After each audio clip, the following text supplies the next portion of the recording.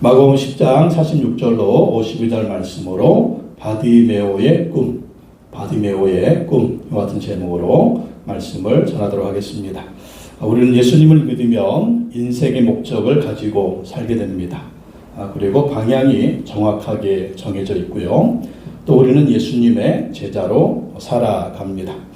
성경에 나오는 모든 사람들이 다 그랬죠. 성경에서 인생이 변화되어 예수님의 제자로 살아간 사람들이 굉장히 많습니다. 그 중에 한 사람이 바디메오였습니다.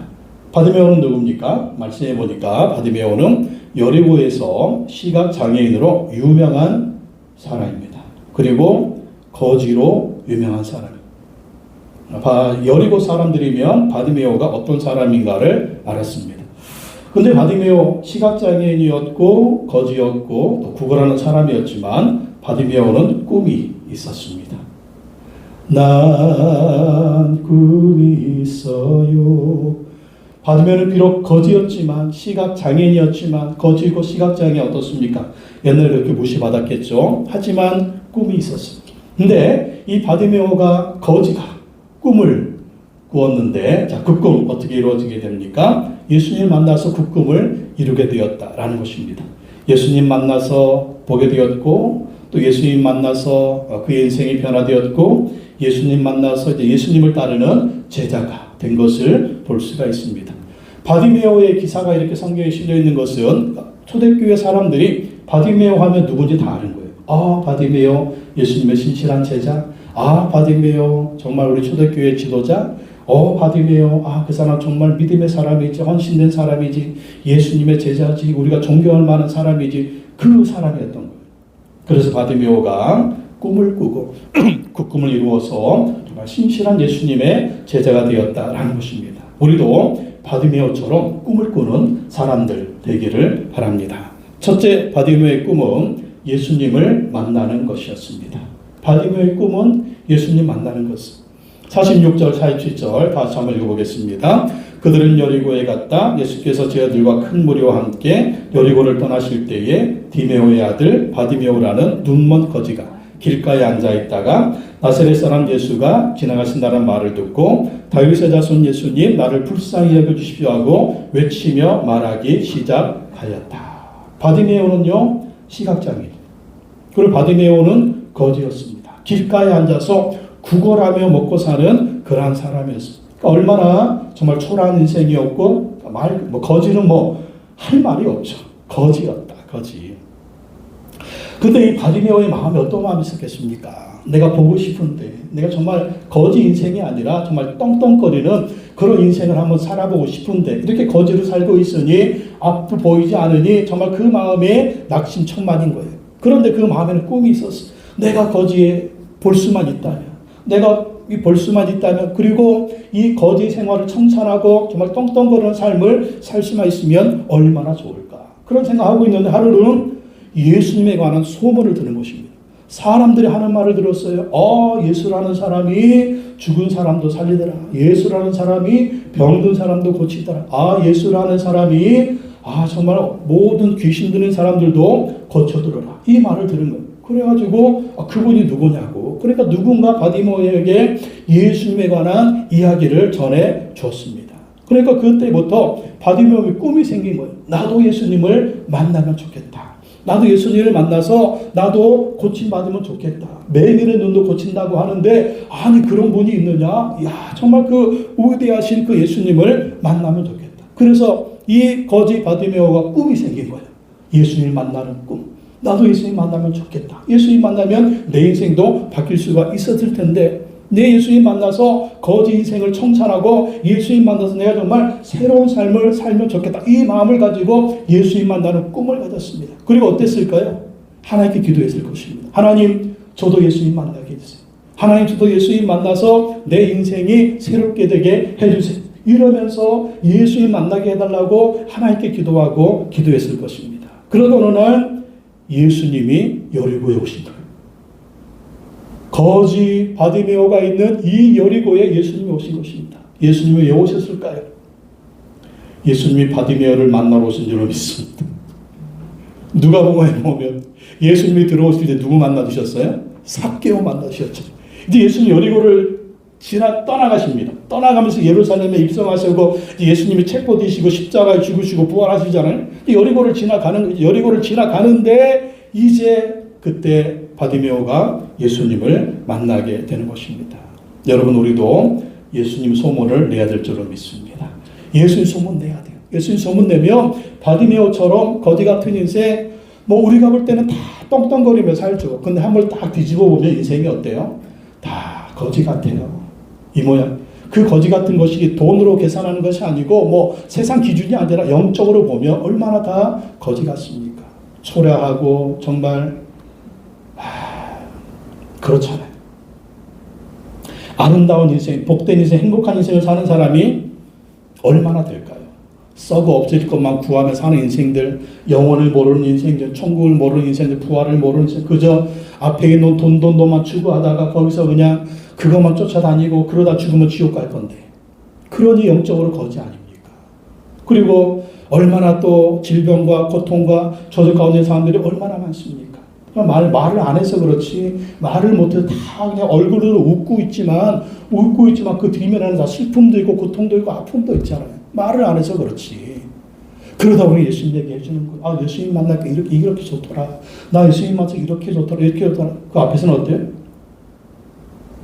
비웃는 인간들도 있죠. 그 인간들 무시하세요. 속으로는 부러워할 거예요. 부러워할 겁니다. 왜? 보니까 저 양반은 나보다 별로 잘난 것도 없는데, 나보다 별로 가진 것도 없는데, 나보다 별로 내세울 것도 없는데 왜 저 얼굴은 저렇게 행복해 보이지? 왜 저렇게 저 얼굴은 행복해 보이지? 왜 저 말 속에는 힘이 있지? 왜 저 사람의 삶 속에는 능력이 있지? 왜 저 사람의 삶 속에는 소망이 있지? 나에게 없는 것이 있는데 속으로는 부러워할 거예요.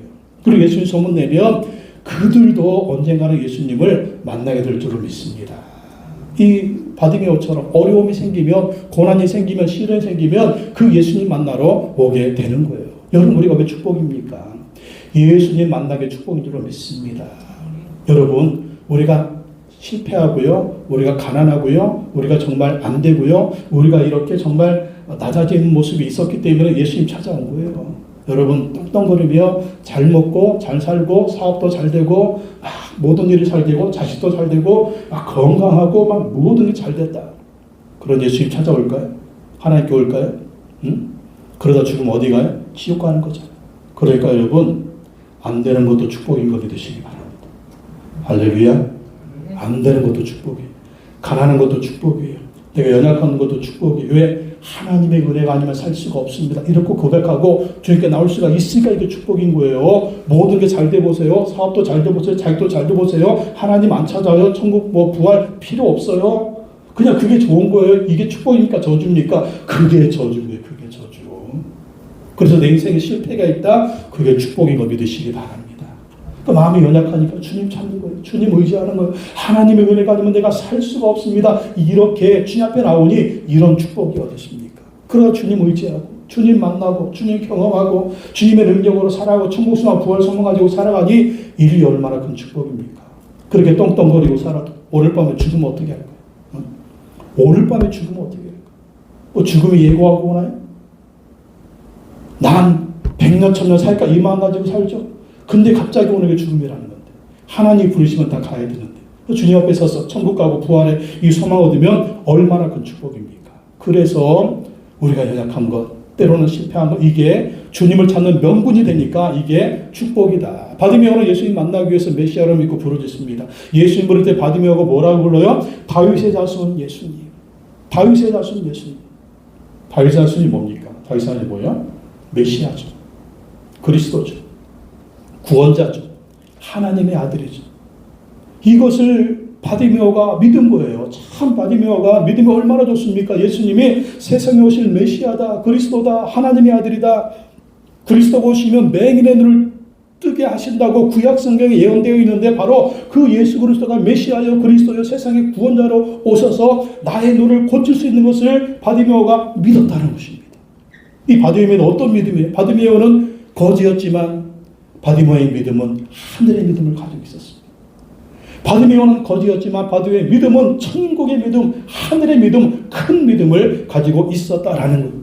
여러분, 우리의 형편이 어떠하든지 간에 바디메오처럼 큰 믿음을 가져야 될 줄로 믿습니다.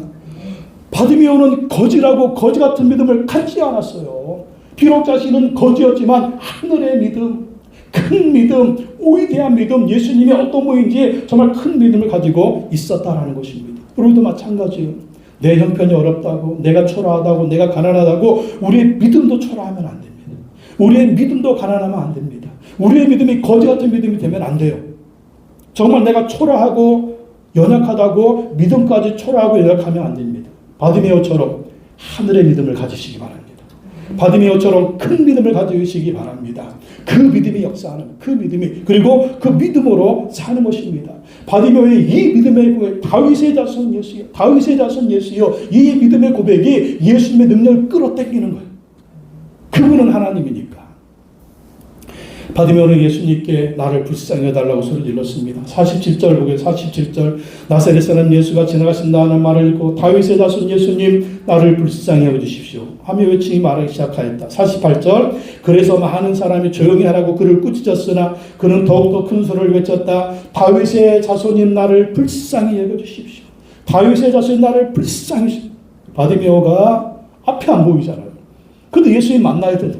이 앞에 안 보이는 시각장애인이 할 수 있는 게 뭡니까? 입은 열려 있으니까 소리치는 거예요. 다윗의 자손 예수님 나를 불쌍히 여겨주십시오. 다윗의 자손 예수님 나를 불쌍히.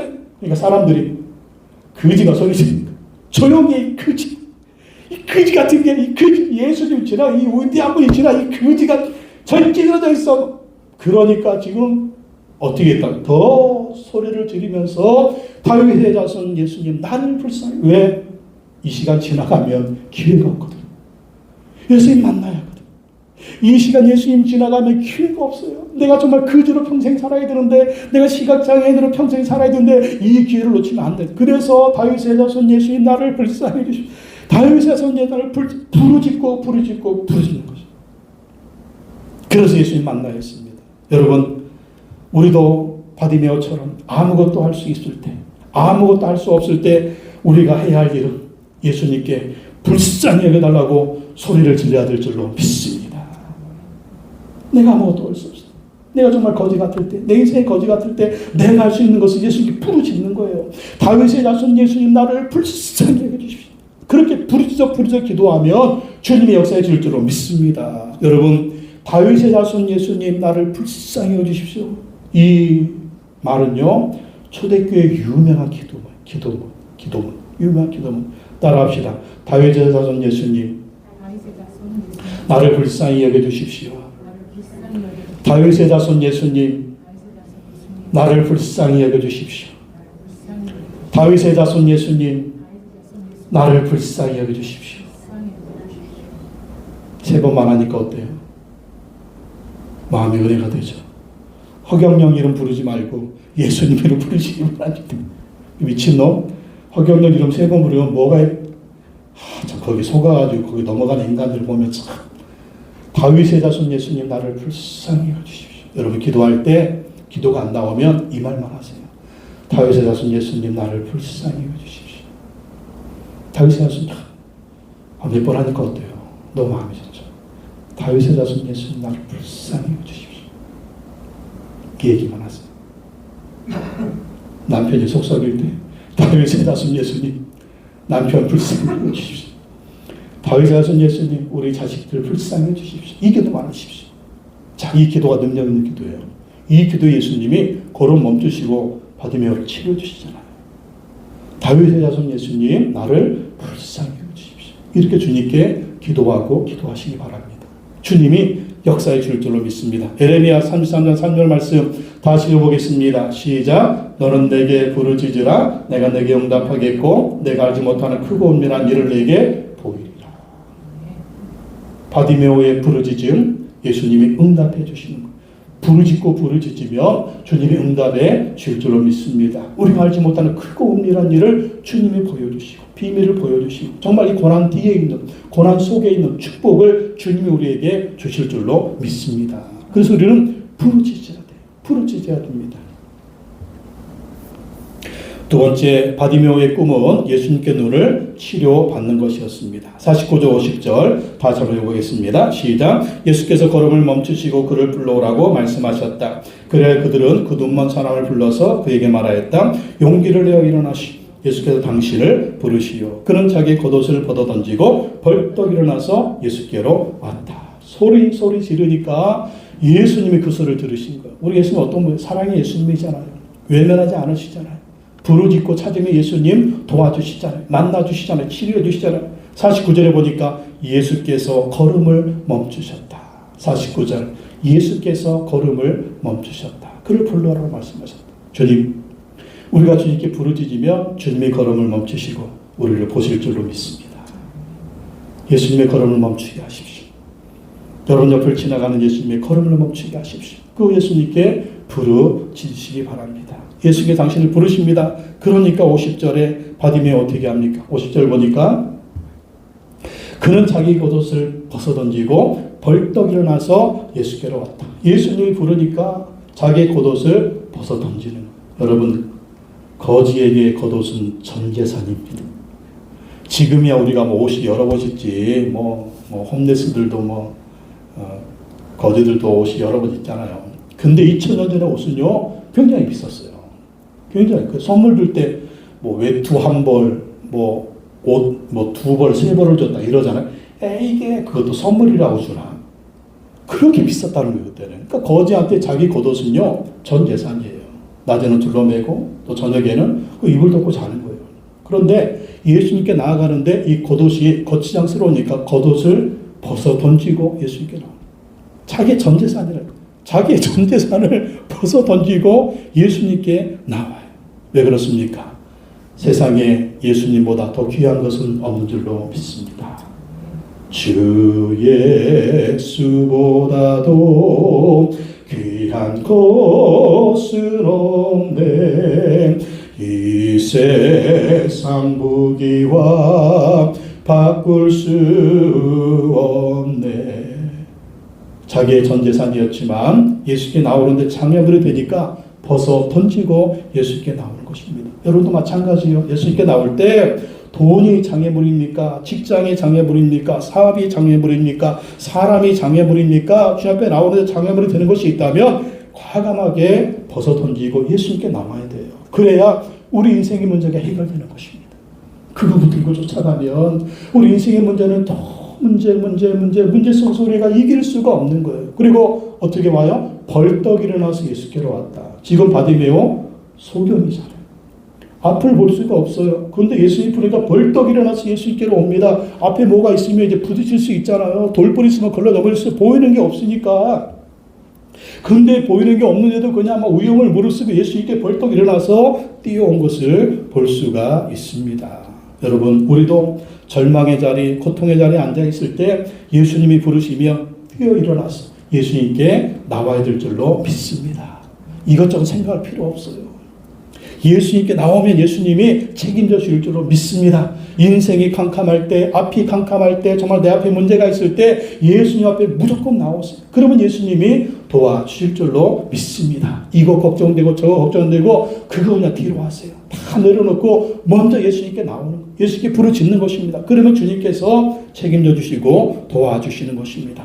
예수님이 묻습니다. 내가 너에게 무엇을 하여주기 원하느냐? 51절 52절 다시 읽어보겠습니다. 시작. 예수께서 그에게 말씀하셨다. 내가 너에게 무엇을 하여주기를 바라느냐? 그 눈먼 사람이 예수께 말하였다. 선생님, 내가 다시 볼 수 있게 하여 주십시오. 예수께서 그에게 말씀하셨다. 가거라, 내 믿음이 너를 구원하였다. 그러자 그 눈먼 사람은 곧 다시 보게 되었다. 아멘. 바디메오가 나오니까 예수님 물어봐요. 51절 내가 너에게 무엇을 하여 주기를 바라느냐. 그러자 바디메오 뭐라고 얘기해요? 선생님, 내가 다시 볼 수 있게 해 주십시오. 자, 이 바디메오의 믿음이 정말 대단한 믿음이 예수님을 어떤 분으로 알았어요? 하나님으로 한 거예요. 메시아요, 그리스도요, 구원자요, 하나님의 아들 하나님으로 안 겁니다. 그렇기 때문에 하나님만이 할 수 있는 일을 구하는 거예요. 그게 뭡니까? 선생님, 내가 다시 볼 수 있게 해주시오. 그러니까 바디메오의 믿음이 엄청난 믿음이죠. 정말 큰 믿음입니다. 그런데 예수님이 뭐라고 말씀하십니까? 52절 가거라, 내 믿음이 너를 구원하였다. 그러자 그 눈먼 사람은 곧 다시 보게 되었다. 예수님이 즉각적으로, 우리도 기도할 때 어떻게 기도해야 돼? 하나님의 능력을 믿고 기도해야 돼. 주님이 나를 고치실 수 있습니다. 주님이 나를 치료할 수가 있습니다. 주님이 이 문제를 해결할 수가 있습니다. 주님이 나의 앞길을 인도할 수 있습니다. 하나님이 내 앞에 있는 태산 같은 문제 하나님은 해결할 수 있습니다. 이 믿음을 가지고 하나님의 능력을 믿고 기도해야 돼요. 그러니까 우리하고 하나님하고 비교하면 안 됩니다. 내가 못하니까 하나님도 못한다, 그게 아니라는 거예요. 하나님이 하나님이심을 믿고 우리가 기도해야 돼요. 내가 너한테 무엇을 하여 주기를 원하는가? 오늘 주님 우리에게 물으십니다. 내가 너에게 무엇을 하여 주기를 원하는가? 이렇게 주님 물으시면 여러분 무엇을 구하시겠습니까? 바디메오처럼 하나님의 능력을 구하세요. 하나님이 하시지 않으면 안 될 일을 구하시기 바랍니다. 하나님의 능력을 구하세요. 그러면 하나님이 그렇게 역사해 주시는 것입니다. 바디메오처럼 믿음으로 기도. 주님의 칭찬해. 가라, 내 믿음이 너를 구원했다. 내 믿음이 너를 구원했다. 우리가 하나님 앞에 나올 때 이 큰 믿음을 가져야 돼. 하나님을 하나님으로 인정하는 믿음. 하나님의 능력을 인정하는 믿음.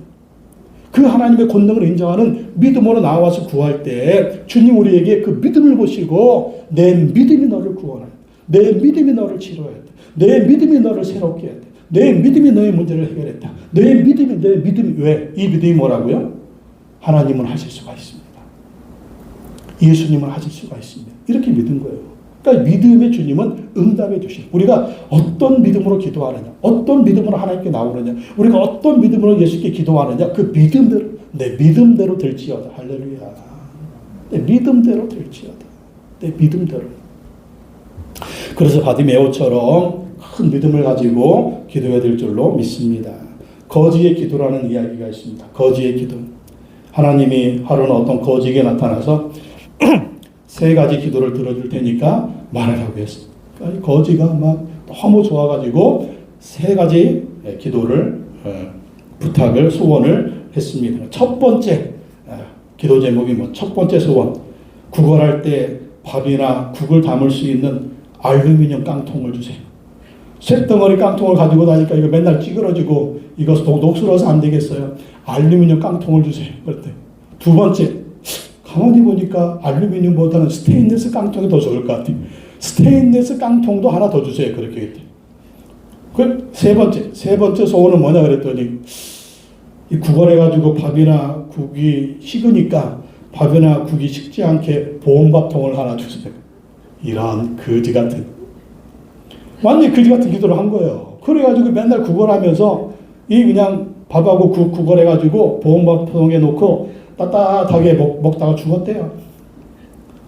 여러분, 우리도 하나님께 이 어떤 기도를 해야 되겠습니까? 어떤 기도를 해야 되겠습니까? 이 거지 같은 기도하면 되겠습니까? 이렇게 기도하면 안 돼요. 하나님의 능력을 기도하고 어떻게 기도해야 돼요? 하나님, 거지의 삶을 청산하게 하여 주시옵소서. 하나님, 내가 새로운 삶을 살게 하여 주시옵소서. 내가 정말 성공적인 삶을 살게 하여 주시옵소서. 예수님을 따르고 세상에 생명을 주는 그러한 사람이 되게 하여 주시옵소서. 이런 믿음으로 기도해야 돼요. 그러면 주님이 그 기도를 들으시고 응답해 주실 줄로 믿습니다. 그래서 하나님 앞에도 존귀하게 쓰임받고 사람들 앞에서도 존귀하게 쓰임받는 사람이 될 줄로 믿습니다. 세 번째, 바디메오의 꿈은 이게 중요한 거예요. 예수님을 따르는 제자가 되는 것이었습니다.